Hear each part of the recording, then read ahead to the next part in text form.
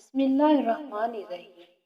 सूरा आल इमरान का तारुफ। इमरान हजरत मरियम अलैहिस्सलाम के वालिद का नाम है और आल इमरान का मतलब है इमरान का खानदान। इस सूरत की आयत 33 था 37 में इस खानदान का जिक्र आया है, इसलिए इस सूरत का नाम सूरा आल इमरान है।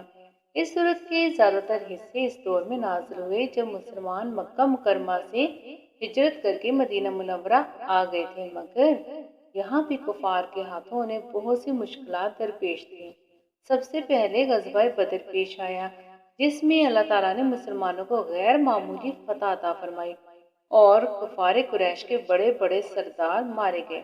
इस शिकस्त का बदला लेने के लिए अगले साल उन्होंने मदीना मुनव्वरा पर हमला किया और ग़ज़वा उहद पेश आया, जिसमें मुसलमानों को आर्जी पसपाई भी इख्तियार करना पड़ी।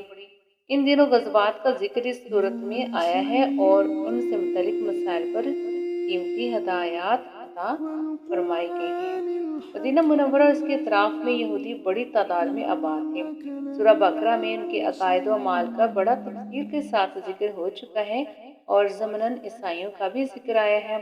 सूरह आल इमरान में असल जो जिक्र है वो ईसाइयों की तरफ है और ज़मनन यहूदियों का भी जिक्र है।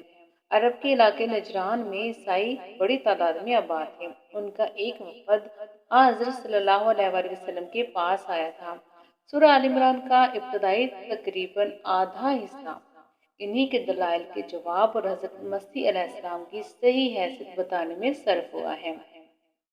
इसके अलावा सूरत में ज़कात, सूद और जिहाद से मुतल्लिक अहकामात भी बताए गए हैं और सूरत के आखिर में दावत दी गई है कि इस कायनात में फैली हुई कुदरत खुदाबंदी की निशानियों पर इंसान को गौर करके अल्लाह ताला की वहदानियत पर ईमान लाना चाहिए और हर हाजत के लिए उसी को पुकारना चाहिए। सूरह आल इमरान मदनी है और इसमें 200 आयतें और 20 रुकू हैं।